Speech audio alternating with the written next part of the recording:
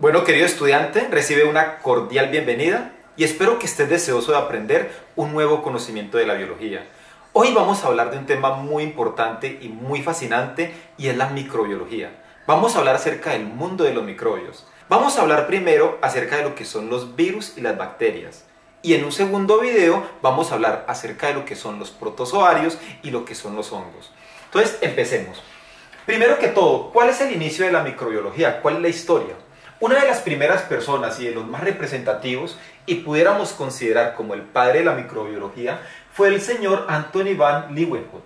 ¿Qué hizo Leeuwenhoek? En el año de 1674, él empezó a combinar lentes. A él le gustaba esto de los microscopios. Y en una de esas combinaciones de lentes, logró crear un microscopio que ampliara 200 veces el tamaño de las cosas. Y una vez que lo obtuvo, empezó a estudiar diferentes muestras. Estudiaba muestras de agua estancada, materia fecal, saliva, sangre y hasta semen.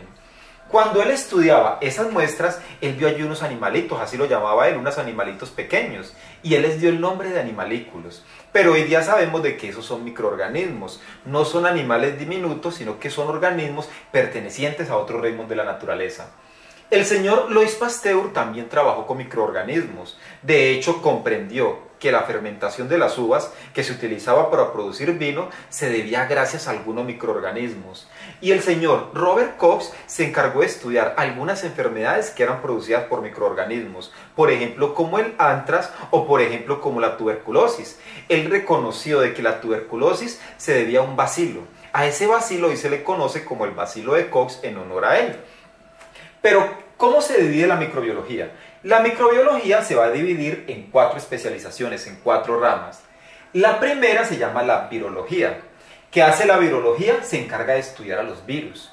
Tenemos también la bacteriología, que se encarga de estudiar a las bacterias, la protozoología, que estudia a los protozoarios, y la micología, que se encarga del estudio de los hongos.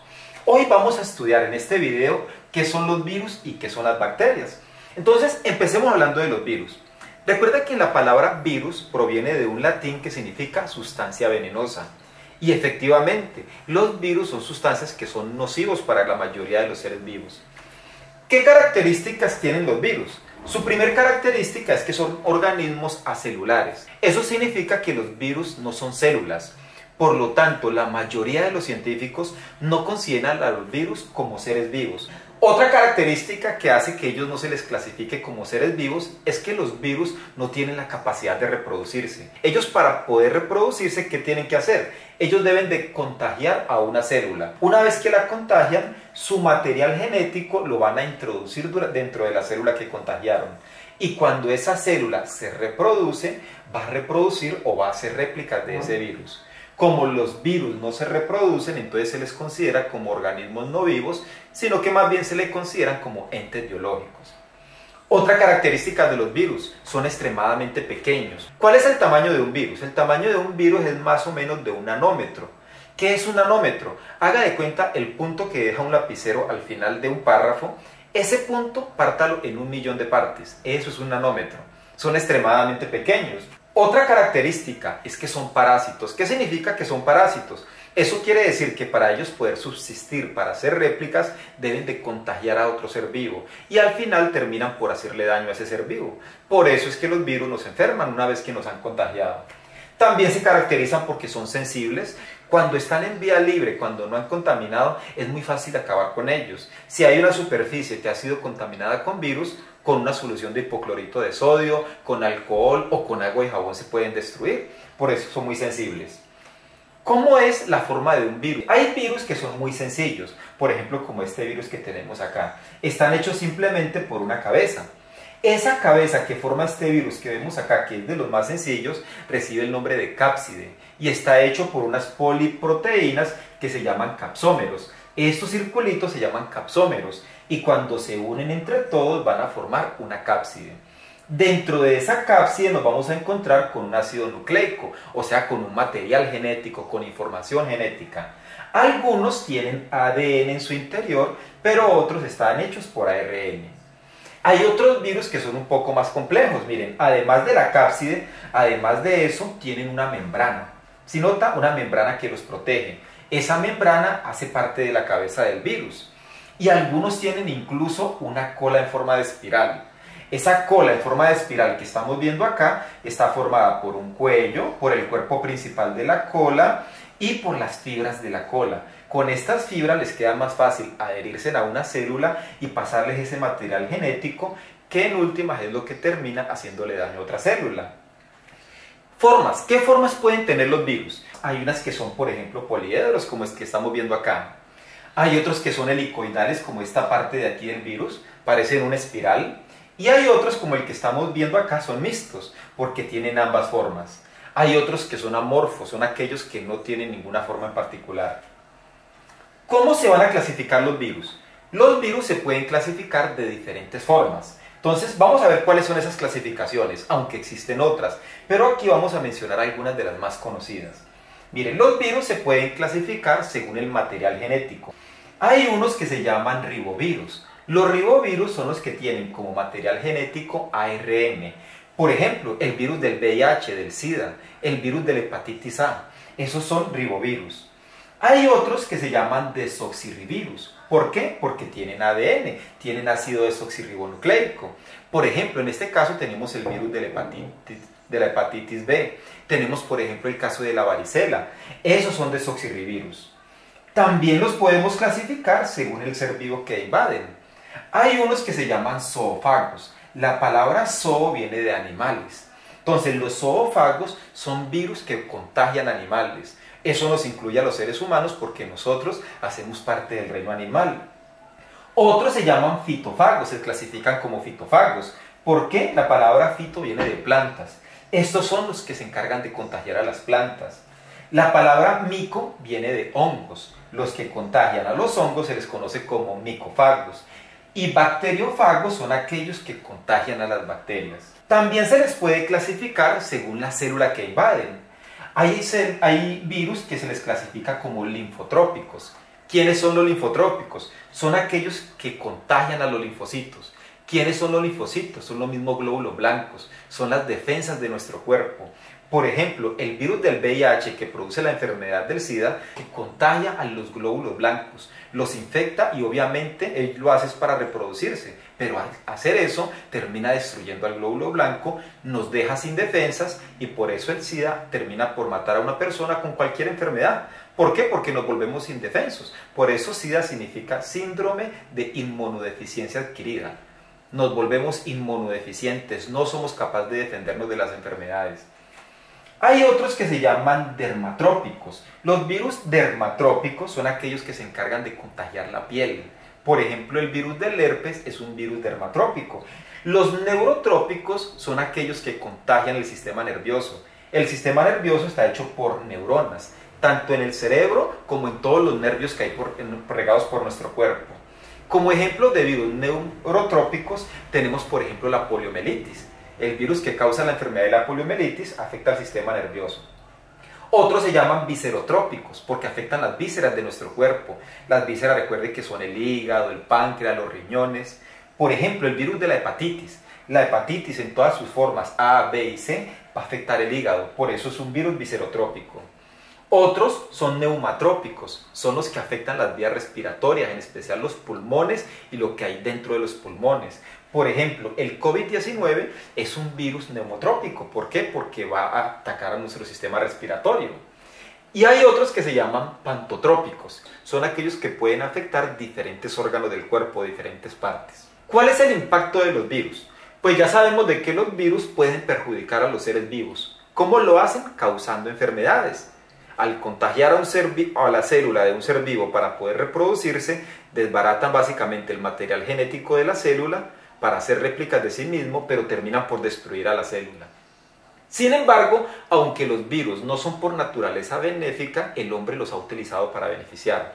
¿Cómo nos pueden beneficiar los virus? Bueno, hay una rama de la ciencia que se llama la biotecnología y se aprovecha mucho de los virus. Como los virus tienen una capacidad natural de contagiar a las células, en especial su material genético, ¿qué han hecho los científicos? Han modificado algunos virus, por ejemplo, para ponerle información que luego se la van a mandar a otros seres vivos. De esta forma se pueden, por ejemplo, modificar plantas o el material genético de algunas plantas, para que las plantas tengan propiedades que antes no tenían. A eso se le llaman cultivos transgénicos.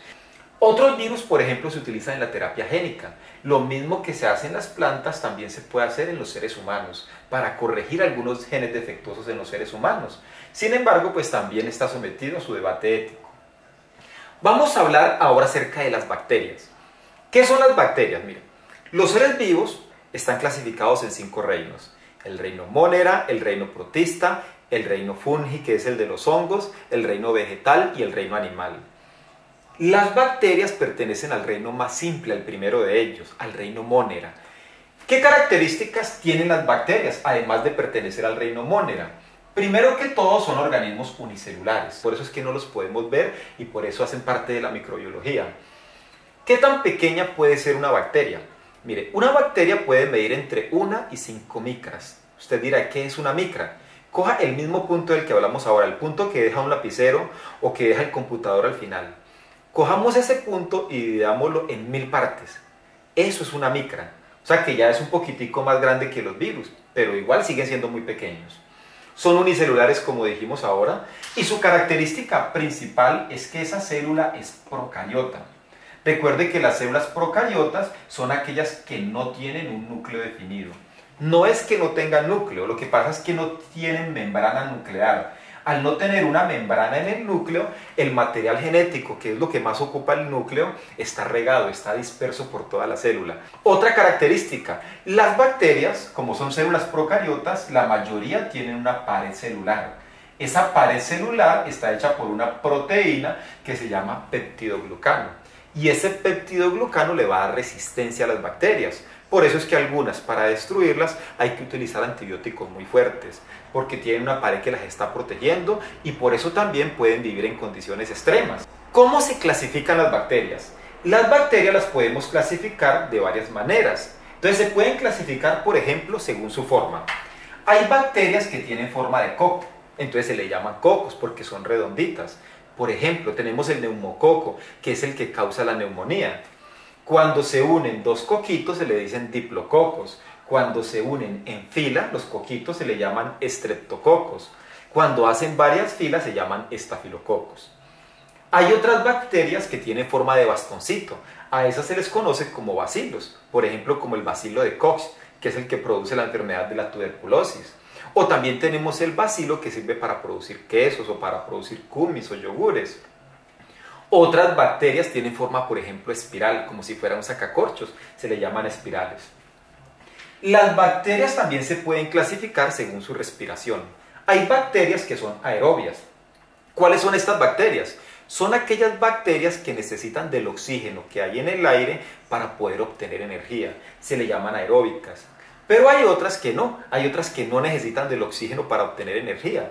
A esas se le llaman anaerobias y normalmente se pueden encontrar en el interior de los seres vivos.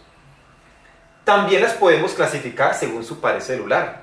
Las que tienen pared celular de peptidoglucano, como estamos viendo acá, que son la mayoría, reciben el nombre de eubacterias. Y las que no tienen pared celular se les conocen como arqueobacterias. Estas son más resistentes que las arqueobacterias. También se pueden clasificar según la tinción de Gram. Gram fue un científico que se encargó de utilizar métodos para teñir bacterias y utilizó un reactivo que se llamaba cristal violeta. Cuando Gram teñía algunas bacterias, tomaba la coloración violeta de ese reactivo. A esas bacterias se les colocó como nombre Gram positivas. Las que no se dejaban teñir con este reactivo, entonces tocaba utilizar otros, como por ejemplo la safranina que le daba un color rosado. A eso se les dio el nombre de Gram negativas. Eso es importante porque a la hora de recomendar un antibiótico, los médicos o los científicos se fijan mucho en si la bacteria es Gram positiva o Gram negativa. ¿Cuál es el impacto de las bacterias? Hay algunas bacterias que nos perjudican porque producen enfermedades, como el tétanos, por ejemplo, como la neumonía, como la gonorrea, como el sífilis. Sin embargo, la mayoría de las bacterias nos benefician. ¿Cómo nos van a beneficiar? Bien, algunas bacterias son descomponedoras, o sea, saprófitas. ¿Qué significa eso? Que cuando hay organismos que están muertos en el suelo, ellos empiezan a hacerle un proceso de descomposición. ¿Y qué es lo bueno? Que liberan los nutrientes para que la tierra se haga fértil, para que las plantas crezcan. Hay otras, por ejemplo, que son fotosintéticas, como las cianobacterias. Entonces, ¿qué hacen? Se encargan de hacer fotosíntesis y de esa forma fabrican oxígeno, producen oxígeno sin hacerle daño a ningún ser vivo. Otras hacen relaciones simbióticas mutualistas. ¿Qué significa simbiosis? Recuerde que simbiosis significa vivir juntos. Cuando dos organismos de especies diferentes viven juntos, a eso se le llama simbiosis. Cuando en esa simbiosis los dos organismos se ayudan, a eso se le llama mutualismo. Hay bacterias que están dentro de otros seres vivos y los ayudan. Por ejemplo, en nuestro intestino, en nuestro sistema digestivo, nosotros tenemos algunas bacterias que son mutualistas. ¿Por qué? Porque viven de nuestro cuerpo, ahí tienen refugio y tienen alimento, pero nos benefician, no nos perjudican. Por ejemplo, hay bacterias que regulan la población de otras bacterias que son malas.